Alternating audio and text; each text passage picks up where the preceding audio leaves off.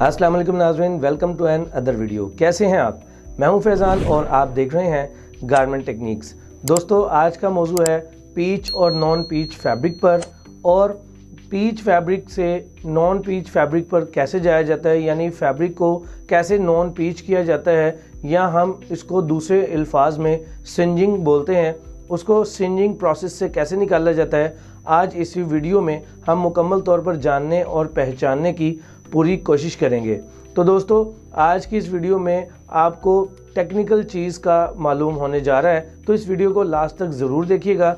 और जो लोग पीच और नॉन पीच फैब्रिक या सिंजिंग प्रोसेस के मुतालिक नहीं जानते हैं, वो भी आज इस वीडियो को मुकम्मल तौर पर ज़रूर देख लें, आपके नॉलेज में इजाफ़ा होने वाला है। दोस्तों, आज की इस वीडियो में हम यार्न सिंजिंग के मुतालिक भी डिस्कस ज़रूर करेंगे। तो चलिए दोस्तों, बढ़ते हैं अपने इंटरेस्टिंग टॉपिक की तरफ, जो कि है पीच, नॉन पीच, यार्न और फैब्रिक के सिंजिंग प्रोसेस के ऊपर।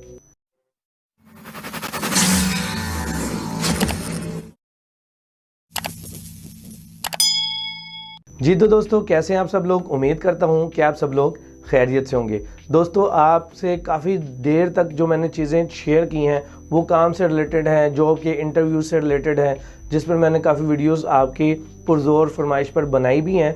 लेकिन आज आपसे मैं एक टेक्निकल चीज़ पर डिस्कस करने जा रहा हूँ, जो कि एक टेक्सटाइल फैब्रिक बनाने वाली फैक्ट्री के लिए एक आम चीज़ ही होगी, लेकिन जो गारमेंट सेक्टर यानी कि अपैरल सेक्टर में लोग काम करते हैं, जिनके पास लिबास किसी भी किस्म का स्टिच होता है, पैक होता है, वॉश होता है, उनके लिए आज की ये वीडियो बहुत ही फ़ायदेमंद होगी, क्योंकि उनको एक नई चीज़ का मालूम होने जा रहा है। तो दोस्तों, इस वीडियो को लास्ट तक ज़रूर देखिएगा।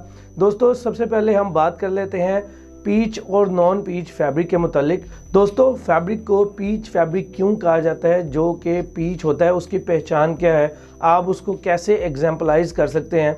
दोस्तों, आज सिंपल सी एग्जांपल मैं देता हूँ। आपने आड़ू देखा होगा, जो हम खाते हैं, फल है एक, तो उस आड़ू के ऊपर आपको बुर नज़र आ रही होती है और आपको हेरीनेस नज़र आ रही होती है। अब वो जो आड़ू के ऊपर बुर या हेरीनेस आपको नज़र आ रही होती है, उसी के मुतालिक इस फैब्रिक का नाम पीच फैब्रिक रखा गया है। दोस्तों, जैसा कि आप आड़ू को पकड़ेंगे और उसके ऊपर आप कोई भी फिंगर इधर से उधर करेंगे, यानी कि रगड़ेंगे, तो आपको एक तरफ लाइट और दूसरी तरफ डार्क होता हुआ उसका शेड नज़र आएगा। इसी तरह से फैब्रिक जो होता है, जो पीच फैब्रिक होता है, उस फैब्रिक के ऊपर भी जब आप हाथ लगाएंगे ऊपर से नीचे या नीचे से ऊपर, तो आपको एक डायरेक्शन में डार्क फैब्रिक का शेड नज़र आएगा और दूसरी ही डायरेक्शन में जब आप हाथ फेरेंगे तो वो लाइट फैब्रिक आपको नज़र आएगा। तो दोस्तों, उस फैब्रिक को कहते हैं पीच फैब्रिक। और जो लोग जीजीडी कैड कैम में काम करते हैं, उनको पीच फैब्रिक के लिए स्पेशल मार्कर मेकिंग करने पड़ते हैं, जैसा कि शेड के लिए या एलसीआर के लिए ब्लॉक पैटर्न की मेकिंग की जाती है। इसीलिए पीच फैब्रिक के लिए अलग से एक ही डायरेक्शन में फैब्रिक के जो पार्ट्स हैं उनको मार्कर में लगाया जाता है, ताकि पीच की प्रॉब्लम ना आ सके। दोस्तों, अगर मार्कर के अंदर किसी भी पार्ट्स की डायरेक्शन गलत हो जाए, तो आपकी स्टिच होने के बाद जब फैब्रिक आपके सामने, यानी गारमेंट कंप्लीट आपके सामने पड़ा होगा, तो उसमें एक हिस्सा आपको डार्क नज़र आ रहा होगा और दूसरा जो उल्टा लगा होगा या दूसरी डायरेक्शन में लगा होगा, वो आपको लाइट नज़र आ रहा होगा। तो बेसिकली तो फैब्रिक बिल्कुल ठीक होगा, लेकिन एक जो बीच में पार्ट है उसको हमने पीच के मुताबिक एडजस्ट नहीं किया था, इसलिए उसका शेड जो है वो लाइट नज़र आ रहा था। तो दोस्तों, ये पीच की प्रॉब्लम होती है। अगर पीच फैब्रिक को आप अच्छे तरीके से नहीं लेके चलते हैं जीजीडी के अंदर, यानी उसका सही मार्कर नहीं बनाते हैं, तो आपको सोइंग के अंदर या सोइंग के बाद काफ़ी ज़्यादा मसाइल का सामना करना पड़ेगा। दोस्तों, जैसा कि हमारा टॉपिक है कि पीच और नॉन पीच क्या होते हैं, दोस्तों पीच के मुतालिक मैंने आपको बता दिया। अब नॉन पीच आप बआसानी समझ गए होंगे कि जिसके ऊपर आपको बोर या एरिनस नज़र नहीं आती है, उसको नॉन पीच फैब्रिक कहते हैं। आम तौर पे हम डेनिम फैब्रिक या कॉटन फैब्रिक इस्तेमाल कर रहे होते हैं, तो उसको आप देखेंगे कि उसके आप ऊपर जैसे मर्जी हाथ ऊपर से नीचे या नीचे से ऊपर रगड़ेंगे उसके ऊपर, तब भी वो आपको शेड में एक ही जैसा नज़र आएगा, उसमें आपको कोई भी चेंजिंग या कोई शेड नज़र नहीं आएगा। दोस्तों, अब ये जो फैब्रिक पीच से नॉन पीच किया जाता है, इसका प्रोसेस क्या है? इसके प्रोसेस का नाम जो है वो है सिंजिंग। ये सिंजिंग प्रोसेस होता क्या है और इसको कैसे किया जाता है, आज इस वीडियो में मैं कुछ चीज़ें या कुछ वीडियोस आपके सामने रखूँगा ताकि आपको बखूबी पता चल जाए कि सिंजिंग किसको बोलते हैं। दोस्तों सिंजिंग या फैब्रिक या यार्न यानी कि धागे दोनों में से किसी पर भी की जा सकती है, उसका प्रोसेस अलग अलग होता है। दोस्तों जो सिंजिंग का प्रोसेस है वो बहुत ही यूनिक और बहुत ही डिफरेंट है, क्योंकि उसको आम फैब्रिक के लिहाज से एक ख़ास प्रोसेस से गुजारा जाता है। दोस्तों जो फैब्रिक होता है अगर उसकी मेकिंग के बाद आप देखते हैं उसके ऊपर हेरीनेस होती है यानी कि पीचिंग आपको नज़र आती है, तो आप समझ जाएं कि ये फैब्रिक जो है सिंच नहीं हुआ। और जो फैब्रिक आपको बिल्कुल फाइन नज़र आए, क्लियर नज़र आए, तो वो सिंजिंग प्रोसेस से अक्सर फैब्रिक्स होकर निकलते हैं। दोस्तों अब ये जो बुर ऊपर आती है फैब्रिक के, ये आती क्यों है? हम सबसे पहले सिंजिंग पर जाने से या सिंजिंग प्रोसेस को समझने से पहले इसको समझ लेते हैं कि ये बुर फैब्रिक के ऊपर आती क्यों है। देखिए दोस्तों, आपके पास कपास के जो फूल होते हैं, जब उसको तोड़ा जाता है उसके बाद फिर उसको धागे की शक्ल में लाने के लिए उसकी स्पिनिंग की जाती है, तो उसके जो रेशे होते हैं वो छोटे बड़े होते हैं। तो जाहिर है आप एक चीज़ को बहुत ज़्यादा स्पिन भी कर लें यानी लपेट लें एक दूसरे के साथ, तब भी उसके कोई ना कोई छोटे मोटे जो रेशे होते हैं वो रह जाते हैं फैब्रिक से बाहर, यानी यार्न बनने के दौरान जब उसकी स्पिनिंग होती है तो वो यार्न से बाहर रह जाते हैं, जो ज़ाहिरी आंख उसको देख नहीं पाती है। लेकिन आप किसी ख़ास रोशनी में करके देखें, यानी आपके सामने बल्ब हो या ऊपर लाइट जो लगी होती है उसके सामने आप थ्रेड को देखेंगे तो आपको उसकी साइडों पर भी बुर नज़र आएगी या हेरीनेस नज़र आएगी।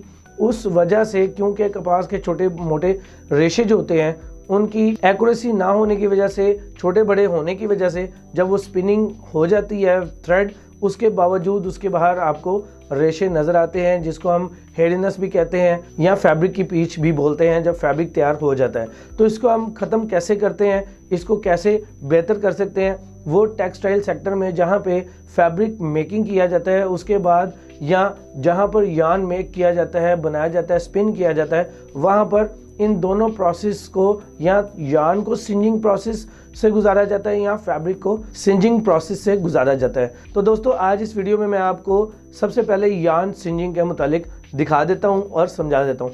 ये देखें दोस्तों, आपके सामने थ्रेड चल रहा है, एक मशीन से गुजर रहा है। ये स्पिनिंग के बाद एक ख़ास सिंजिंग प्रोसेस है जिसके अंदर से यार्न आपको गुजरता हुआ नज़र आ रहा है, और बैक साइड पर उसके बहुत ही करीब, यार्न के बहुत ही करीब आपको आग का शोला जलता हुआ नज़र आ रहा है। दरअसल होता क्या है कि एक ख़ास स्पीड पर इस यार्न को उस आग के पास से गुजारा जाता है ताकि जो सिंजिंग प्रोसेस है उसमें कोई ख़राबी ना आए या थ्रेड जो है वो जले ना या ब्रेक ना हो यानी टूटे ना। तो उसको एक ख़ास स्पीड से गुजारा जाता है आग के शोले के पास से, और जो आग का शोला होता है उसकी भी एक ख़ास टेम्परेचर या उसकी एक ख़ास जो है शिद्दत रखी जाती है।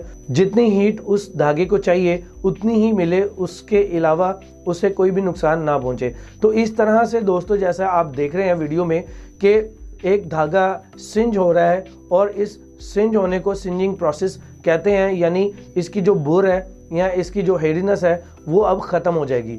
इसी तरह से दोस्तों जब एक फैब्रिक तैयार होता है वार्प और वेफ्ट थ्रेड से मिलकर, जब एक फैब्रिक तैयार होकर आपके सामने आता है तो उसके ऊपर भी इस धागे की सिंजिंग ना होने की वजह से उसको बुर वाला फैब्रिक जो है वो आपके सामने नज़र आता है। तो उस फैब्रिक की बुर या हेरीनेस को ख़त्म करने के लिए भी सिंजिंग प्रोसेस जो कि फैब्रिक सिंजिंग प्रोसेस से गुजारा जाता है। अब सिंजिंग प्रोसेस जो फैब्रिक का है वो कैसे होता है वो भी मैं आपको ये वीडियो में दिखा रहा हूँ। इस वीडियो में भी आप देख सकते हैं कि एक मशीन से ख़ास स्पीड पर फैब्रिक को आग के शोले के साथ से गुजारा जा रहा है और इस फैब्रिक को सिंच किया जा रहा है। तो दोस्तों इस फैब्रिक को सिंच करने के बाद अब जो पीचिंग या उसके ऊपर बुर या हेरीनेस जो फैब्रिक के ऊपर आ रही होती है वो अब नहीं आएगी, वो बिल्कुल फ्लैट हो जाएगा, ख़त्म हो जाएगा, और आपको जो फैब्रिक है वो पहले बुरनुमा जो नज़र आ रहा था या हेरीनेस वाला नज़र आ रहा था, अब आपको बिल्कुल प्लेन और बिल्कुल साफ़ सुथरा शाइनी फैब्रिक आपको नज़र आएगा। दोस्तों ये यार्न और फैब्रिक की सिंजिंग का प्रोसेस था। तो दोस्तों मैं उम्मीद करता हूँ कि आपको आज की इस वीडियो से काफ़ी कुछ जानने को मिला होगा और पीच, नॉन पीच, यार्न की सिंजिंग और फैब्रिक की सिंजिंग के मुतालिक भी आपको पता चल गया होगा। तो दोस्तों अगर आप मज़ीद इस तरह की टेक्निकल और काम से रिलेटेड मालूमात हासिल करना चाहते हैं तो मेरी वीडियो को ज़रूर देखा करें और चैनल को भी सब्सक्राइब ज़रूर करें। तो दोस्तों मैं अब मिलूँगा आपसे इसी तरह के एक और इन्फॉर्मेटिव टॉपिक के साथ। तब तक के लिए मुझे दीजिए इजाज़त। मैं हूँ फैज़ान। अस्सलाम वालेकुम।